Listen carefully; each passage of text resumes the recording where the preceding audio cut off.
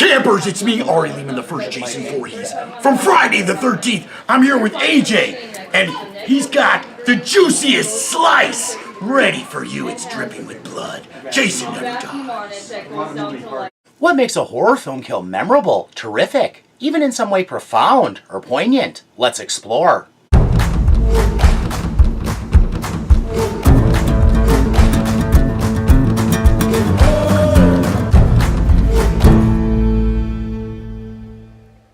Thanks for checking this out. If anything about it trips your fancy, please like, subscribe, and share. Yes. Without further ado. Gramps, What is it, son? can I go see my brother? He'll be in town tomorrow. We'll see.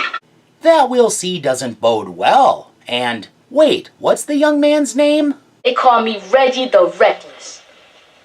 Reggie the Reckless doesn't want to be hung out to dry. When he's able to get a word in edgewise, he tries to plead his case. You know how I feel about that. But Gramps! The kid's whole world is crumbling, all his fun evaporating under the heat of adult authority. It's so frustrating being a minor. I said we'll see, Reggie. And this isn't in the least ways overdramatic at all. Gramps finds the boy's histrionics amusing, and it maybe contributes to him lightening up on the subject. Hey. This is a grown-up who doesn't wield his authority to be mean, and doesn't want Reggie to get the impression his decision has to do with raining on his parade. Come here, Reggie the Reckless. As it often feels like when you're a kid, and a lot of the parenting thrown at you seems so arbitrary. Do me a favor. Don't kiss me when there's people around, okay? It's a big day at the halfway house, because a new resident, one Tommy Jarvis, has arrived. About Pinehurst. We don't have any guards here. Nobody's going to tell you what you can do or what you can't do. 5 years removed from a horrific encounter with mass murderer Jason Voorhees. You'll find we're very different from the state institution. He's only slightly more talkative than a mute, or someone who has had their tongue lopped off. Basically, you're your own boss. It's an honor system, Tommy. Despite a tragic event, Gramps ultimately relents, and oddly, lets Counselor Pam and uninterested Tommy, strong-armed into going because no one wants to leave the quiet guy alone, be his escorts, rather than acting as a chaperone himself, maybe due to disapproval of his other grandson's life choices.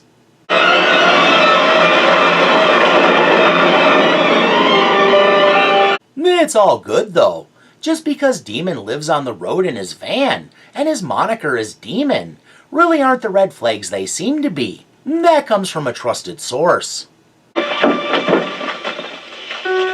on. No, I'll wait here.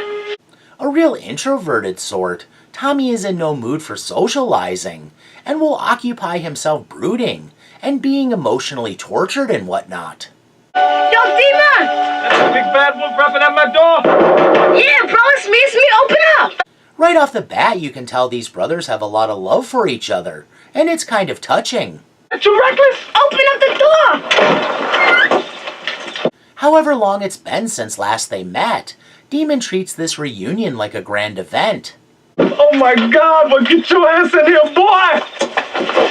God, Demon has real affection for his little brother, and rolls out the social red carpet of greeting and high praise. good to see you, dude. Damn, you look good. I know. It's adorable how Reggie brims with confidence when he's around his brother, like Demon gives him license to think even higher of himself than usual. Oh, God, look at this. God. Hey, you having a dinner? Yeah. How polite to offer food when he's the one living in a van. In my experience, usually that goes the other way. Have enchilada. Man. Wow, man, where'd you get those bad rings from? Having packed a lot of living into his years, Demon speaks as though he's a wise elder, the old battle-scarred warrior. If you've been around the world as long as your big brother have, you get things. The astonishment doesn't end at fun food and sweet-ass rings. What Reggie notices next really impresses him. Freaking A! Where'd you get that? Obviously a man of means, Demon doesn't reside in his van alone, nor does he go to bed by himself, nor have lonely nights. Hey, calm down, dude. Hey, say hello to Nita. She's my girlfriend. Hello, beautiful. Too savvy for his years, Reggie is such a charming little scamp. Hey, little brother, what's happening? Listen, I want you all to meet somebody. That he doesn't start in on any Anita Dick jokes really proves what a charmer he is. Hey, Pam. Yo, Pam, come here, baby, come here. This is my friend Pam. Hi. Clearly, charisma runs in their family, and they all have that sparkle in their eyes that dazzles the ladies. She's my girlfriend. What's up, Pam? A man of resounding generosity, Demon extends the hospitality. Pam, you hungry? No, thanks. Do you want a taco? Egg roll? What about a slice of pizza? Intent on everyone having indigestion and or whatever other bowel consternation came from gas station food in the mid-1980s. No, I'm saying it was a far cry from Quick Trip. Cheese and sausage. What about you, brother? I know what you want. Want a beer? Yeah, I'll take it. Demon knows how to keep Reggie honest and rewards his truthfulness. Get out of here. I tell you what. Why don't you take this? What a grand gesture. Whether the ring cost a fortune or came out of a gumball machine, to Reggie it's beyond priceless. Tangible proof of his brother's love. Wow. Hey, man, this is bad. Nothing is too good for my little brother. Not to say as a kid straddling young adulthood, he isn't still prone to overextending his welcome, albeit in a way that inspires laughter. You gonna give me this too? Meanwhile, Tommy, a sufferer of complex PTSD after that run-in with Jason, and therefore someone with the kind of sensitive tripwire that leads to pyrotechnics with very little provocation, just had a local lunkhead set off an explosion.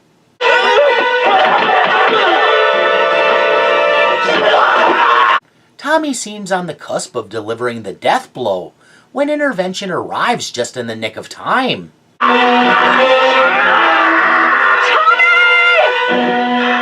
One messed up young man, Tommy runs off into the night, and Pam decides she has no choice other than to cut the visit short.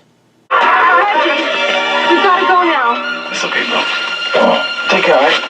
With so much life ahead, who would guess this is the last time they'll see each other? Thanks for the dinner. Anytime. Stay cool, baby. Hey, stay safe, Franklin. That it made Demon's night to see Reggie says a lot about him and his priorities. You know I miss him already. Yeah, he's a cutie pie. Wanna hit this? Anita's a solid chick. Chill, cute, and quick to offer a toke. What a lady. Demon's just a really lucky man. No, wait. What's wrong? Revenge comes in many forms, and gas station food strikes from within, and without mercy. Oh! Hey, you okay? Oh! Some damn enchiladas! There's a booty call, and then there's the call of the booty. The former is decidedly preferable. Good lesson to avoid the allure of food that causes this result, because there's no dignity in racing against natural forces that win no matter what the conclusion. You gonna be alright? Yeah, that's not the best way to go about learning humility, nor any other lesson.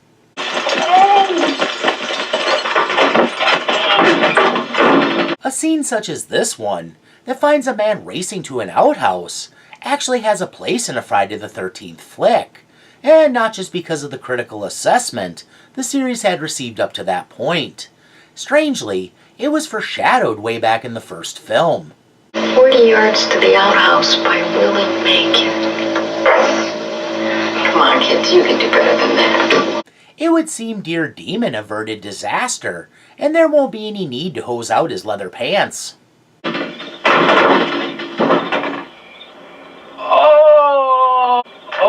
There are few finer moments in life than when you can let loose and just go.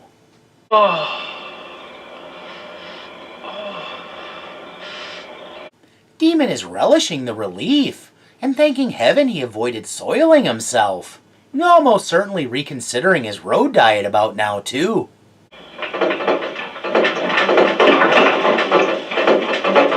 No one likes getting bugged while they're exercising the evil spirits in their bowels. Who's that? Stop it! Demon runs short on patience fast, in no mood for shenanigans, when his pants are around his ankles.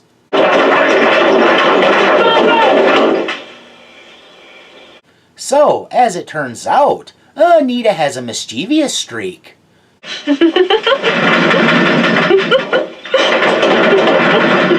Demon is unamused. All he wants to do is expel the bad spirits from his butt, and his girlfriend dares to mess with him because he's a captive audience. You gonna get it, bitch! Oh, lighten up, Demon. You'll feel a lot better after you shit. Assuming him more bark than bite, she lays down an unassailable truth. Demon realizes there are more pressing matters than his prankster lady. I feel a lot better when I'm out of here. This shit box is gross. Very few aren't. And don't even get me started on the wildlife. You think the spiders you can see in their webs are bad? Well, you better watch out for the snake that's gonna crawl up that crapper and bite your ass. Demon isn't taking any chances. Nowhere it was particularly mean bringing up snakes. Anita knows just the thing to help her man chill out. Ooh, baby. Hey, baby. Hey, baby. Demon can dig. It quickly becomes apparent rhythm and music resides in his heart and soul.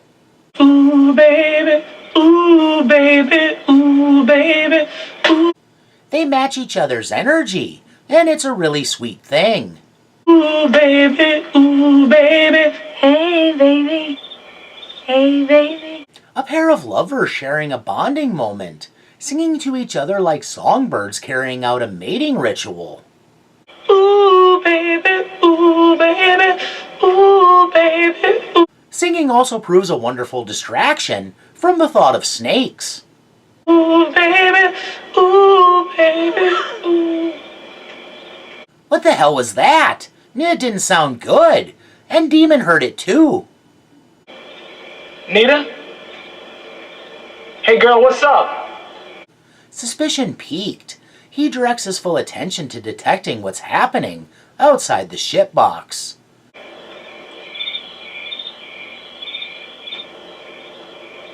Demon only has a few seconds to evaluate before more turbulence empties his colon.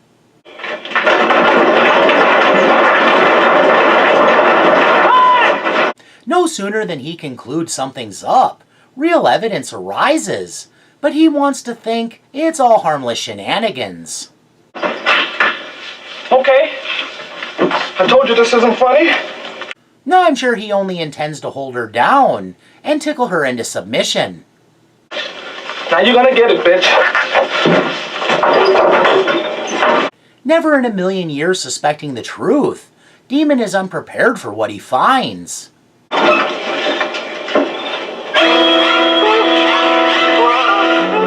The shock of seeing his girlfriend unceremoniously dispatched and discarded has his mind in a maelstrom.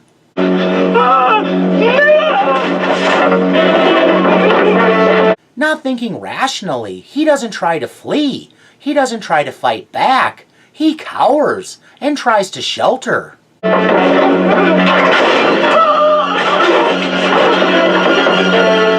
Sheet metal no match for a hard length of steel. There's not any safety to be found here. So Demon, well, poor Demon, he's fucked. And not in the fun bunny's going to bunny way.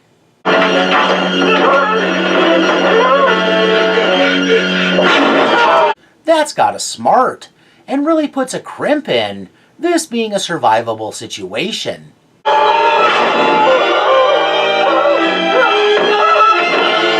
Debilitating his leg goes a long way towards breaking Demon's upbeat spirit.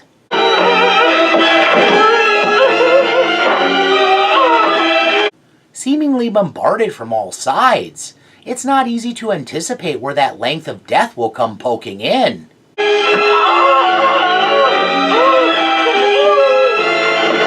This having quickly spiraled totally out of control, Demon is pretty much done for, unprepared to defend his life.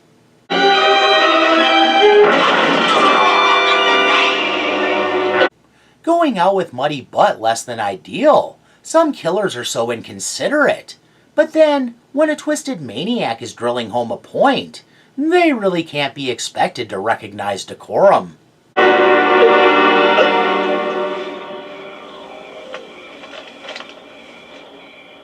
Sometimes an exit achieves the status of extraordinary through demonstrating how it's important to cherish the small moments, because you never know when some brute will stick a pin in your life and leave you skewered in a gross shithouse, whether in a figurative or literal sense.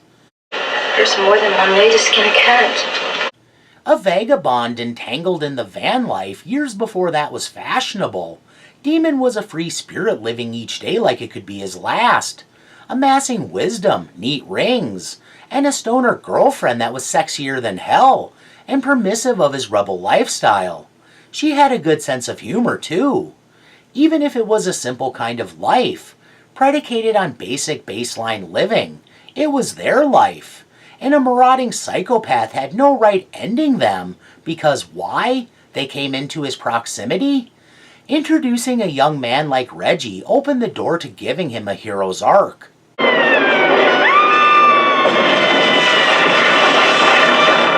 And he showed recklessness could come with an upside.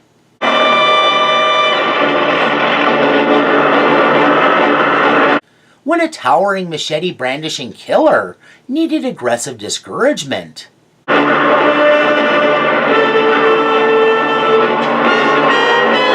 By being sent flying through the air.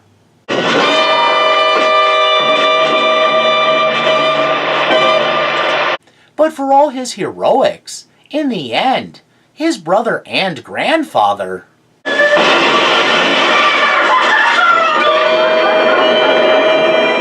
were dead, and he was left, much like Tommy. Sure. Picking up the pieces. How did he differ from Tommy? Reggie at least had strong male role models who instilled some lessons in him. A rebel big brother with nothing but affection, and a wise grandfather who clearly loved him dearly.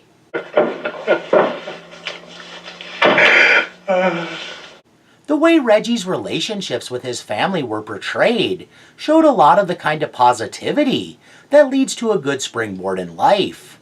And the bond between brothers was a heartwarming take, a nice departure from the family dysfunction often depicted between siblings. Solid. It would seem they didn't get to see as much of each other as they would have liked. Demon likely a little bit of a black sheep, ostracized by the greater family, Gramps in particular, because of his alternative way of living. To that, Demon was a self-made man. Sure, he'd only come so far, but considering that everything he had likely came in the wake of a familial estrangement, he had made his way well enough to impress a younger sibling, which was maybe where some of the problem laid. What? No! Outsiders might not be great influences, challenging societal norms, but they can make a world of difference in a young life, and prove to be a huge influence, which Gramps clearly wanted to avoid. Whatever it was that put Demon on the outs with the family made him persona non grata. Yet in the end, Gramps did give in.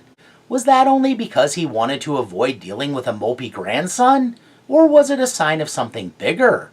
Was letting Reggie go an olive branch?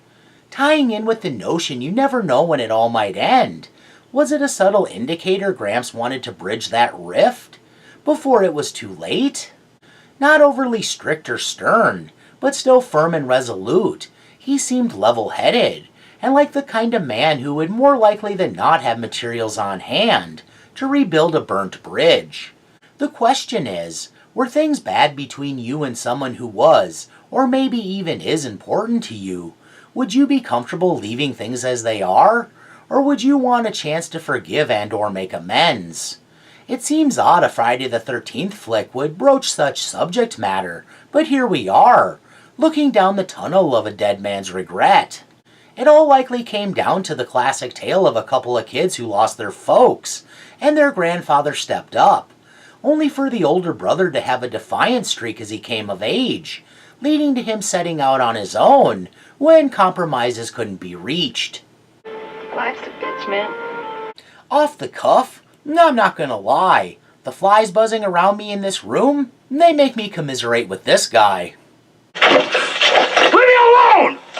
Demon was wiser than his years, and seemed to understand the importance of making good memories, of making the kind of impression that's lasting. It wouldn't be surprising if it was Demon who, perhaps the last time they had a face-to-face, christened Reggie the Reckless, which would explain Gramps' leeriness to let him go, that underlying concern at what else he might pick up from his wayward big bro. There's a sense like Demon wasn't truly a bad influence, so much as a man making his own path in a society that frowns upon those who avoid the status quo, and opt to be and exist different from the rest. That such people get backs turned on them maybe makes a point about how tolerance, compassion, and understanding aren't bestowed upon those who go against the grain, because in a system predicated on drones doing the heavy lifting, even a small rebellion can be costly, since the movers and shakers at the top have an uncanny way of convincing the workers any outliers can throw the arrangement into chaos. The workers do the job of chastising, begrudging, and punishing those who refuse to participate. Ergo, Demon saw too little of his brother, because his freewheeling behavior was deemed unacceptable. That's an unfortunate thing, because he brought out a side of Reggie that was confident, free, and happy. Kids need all of that they can get. Yep, that stands up to scrutiny. Poor Anita made a choice to be with Demon, and it brought her to death's door. The film really isn't clear on if they had a stable address somewhere, or if the van was their 24/7 home on wheels, but the latter seems likelier. So she probably received a lot of flack herself for taking off with a guy like Demon. No parent wants to hear their daughter is living in a van with a man who's been ostracized from his family, if not outright disowned. They obviously weren't the best influences on each other either, living on unhealthy food and partying at all hours of the day. The way she casually toked up in front of a child and a stranger makes it clear she had no fear of judgment though, so if her family disapproved, she probably told them to, Oh, fine, go suck a bug. The prelude to Demon's kill made the whole enterprise unconventional, by putting the audience on edge in a weird way. How was that accomplished? By taking what is typically a private moment and making it a shared effort. Not all couples experience that level of comfort. My wife never made any bones about it, and barged in when I was on the crapper way back when we were still dating. So that set the, frankly, sometimes uncomfortable precedent in our union. Man needs to balance his own accounts. Not to mention, much of this film's young audience would have had no relationship experience, so might find a couple serenading each other as one births pooptuplets a little off-putting.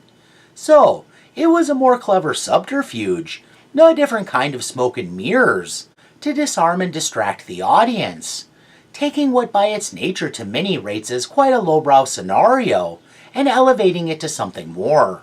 Whether it's proper or not to discuss, bathroom humor, restroom shenanigans, all that speaks to the human experience in the most basic and understandable terms, because relieving oneself is about as universal as it gets. Weirdly, defecating was one of our greatest primal concerns, in our distant, and maybe not so distant past, representing a time of supreme vulnerability, when we had to squat and ante up our backs to whatever might pounce the instant our defenses were down.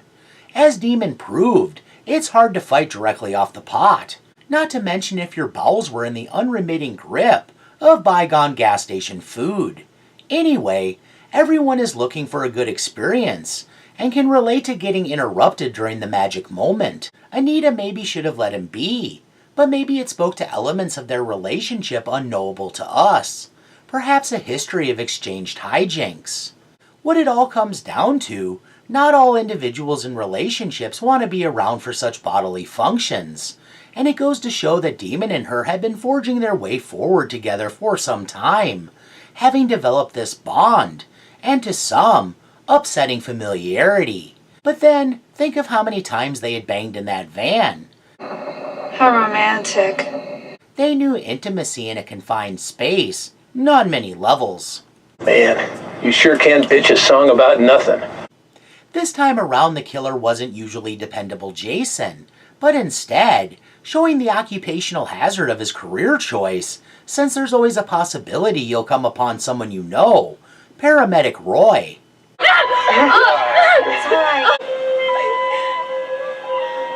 Yeah, that standard cut inconspicuous gentleman. Why did he assume Jason's mantle?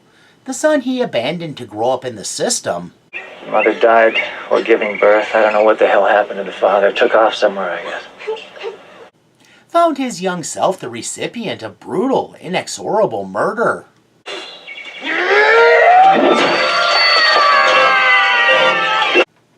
For whatever reason, this led to either a psychotic break or a pretense for the evil of Jason to possess him. Whichever, it seemed to grant him Jason's mojo, and he was off and running. Well, I'm sincerely glad to hear that, for all our sakes. A more solid entry than the flack it gets would indicate, I have to agree with the Dean. I mean, it stands to reason some such could happen. Camp Crystal Lake, hell, the whole area. Well, Crazy Ralph says it best. It's got a death curse!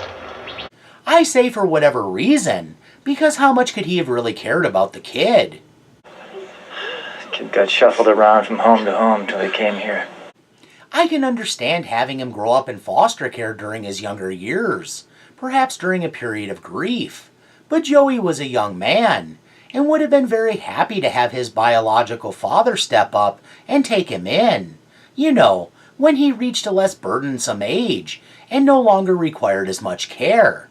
It, I don't know, could have saved his life, and the lives of everyone brutalized in the subsequent mass killing event. Was the stigma really that much to bear? You don't have to get all twisted out of shape about it. I can also see why Roy might not have liked that his kid ended up in Pinehurst. Harmless as a June bug in a tilled garden, Joey wasn't a juvenile delinquent or mentally unhinged, just an orphan with bad luck, yet he was lumped in with the others, a status that didn't draw much sympathy. Look, as far as I'm concerned, all those loonies should be killed off one by one. But I digress. I got a little off topic to make a point. Why would Roy conceivably target Demon and Anita? I assume that is a rhetorical question. Within the story, it's because Red Herring Tommy ran off after a violent outburst, making his whereabouts unaccountable. So it was a good place to shoehorn in some kills, to bolster the notion Tommy was one of those victims that become a reprehensible victimizer, despite knowing the horrible effects of such irreversible actions. But why might Roy want to target the attractive young couple? First off, there was the association. Joey breathed his last at the Pinehurst halfway house. Oh, God! Meaning everyone connected to the place was on the chopping block, and by extension, that meant even ancillary characters were playing with fire by getting too close. The question becomes, why the malice? I think the answer lies in the means of murder. This might be reading too much into a popcorn horror film made to propagate a dead slasher killer's legacy to bleed a few more dollars out of the audience, but no one ever accused me of sticking to good taste and avoiding undue guesswork. So, what do I think was the underlying motivator that got Demon and Anita so brutally killed? Roy might have targeted them out of resentment they were a hot-to-trot, fun-loving pair, living a full and fairly happy life, something Joey would never get to experience. What else was he likely not to experience? Here, you want it? I'll give you half, but I need half for later. Piss off! Intimacy, the touch of a woman, the sweet hot loving. For him, there was likely to be no doing any of the bunny dance. So why would he want them dead? Roy left a rather vaginal slit in Anita's neck, and then went ahead and took out Demon with a big hard shaft. Need I say more? Probably not, but I will anyway, because there's more to be said. You are as delusional as fucking ever. Odds were a young couple like them would fool around frequently, thus frequently up to the very act that got Roy in trouble when he fathered the son he ditched. Whose idea was it for sex to lead to children? Something so good should never have such a substantial downside. And that jettisoned son would never get to enjoy, due to a combination of obnoxiousness and an early death. Ending them how he did likely stemmed from his own guilt, and a desire to project his pain, and the blame, on others, for Joey never getting to have some of the finer pleasures of life. What might have helped Joey be the kind of young man women were interested in? A good male influence. Something akin to, or like a father maybe. What? No. What? No. What? Short of that, he could take revenge against life itself by dealing out unfairness. Honestly, due to the black man stereotype, it seems probable Roy used a big long black shaft to emasculate Demon by making a manhood sword fight, so to speak, he couldn't win. The eternal logic checks out. Oh, Lord. Invested in his brother's well-being despite the distance, no matter what, flashy, cool, and generous Demon wasn't bitter, and didn't have a negative word to say. No bad-mouthing Gramps for cutting him out of the will, idiomatically speaking, no agenda he was pushing, and nothing but real love for his little brother. Anita was the definition of chill. She was sweet and cute and full of beans. Well, she was full of laughs. It was Demon who was full of beans, literally, until he wasn't. Not another word! Except that they were young and had good times and all of life ahead of them. The couple was blameless in their deaths, in the wrong place at the wrong time, all precipitated by a valiant run to an outhouse. By the by, full disclosure, I didn't actually learn about 40 Yards to the Outhouse by Willie Make It from Friday the 13th. By the time my testicles descended enough I could sit through that film, back in the day it was terrifying, I'd already learned about it on the elementary schoolyard. And I was also informed that there were illustrations by Betty Won't. Let's just say when I asked the librarian about requesting a copy, she wasn't amused. Come on, Roy. Get your hands dirty. Well, I've about reached the end of the rope, so I won't leave you dangling. Thanks for humoring my ramblings. Please share any refutations, opinions, accusations, japes, or other ideas in the comments below. And please join me for whatever I'm up to next time. Bye now. Bye, creepy man. Keep it creepy. He's a weird guy. Goodbye. That's the juiciest slice. Yeah. Not.